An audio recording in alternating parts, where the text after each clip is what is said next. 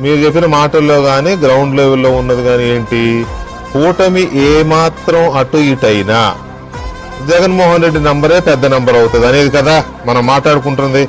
ఇప్పుడు కూటమి అవకాశం వాస్తవం, అది అవకాశం ఏంటి, వాస్తవం అది.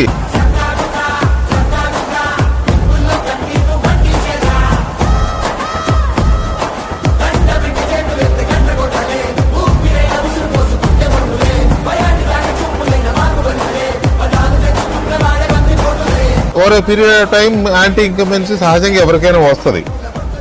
కూటమిగా లేకపోతే జగన్మోహన్ రెడ్డి బలవంతుడుగా ఉండే అవకాశం ఉందని మనకు కనపడుతోంది. కాబట్టి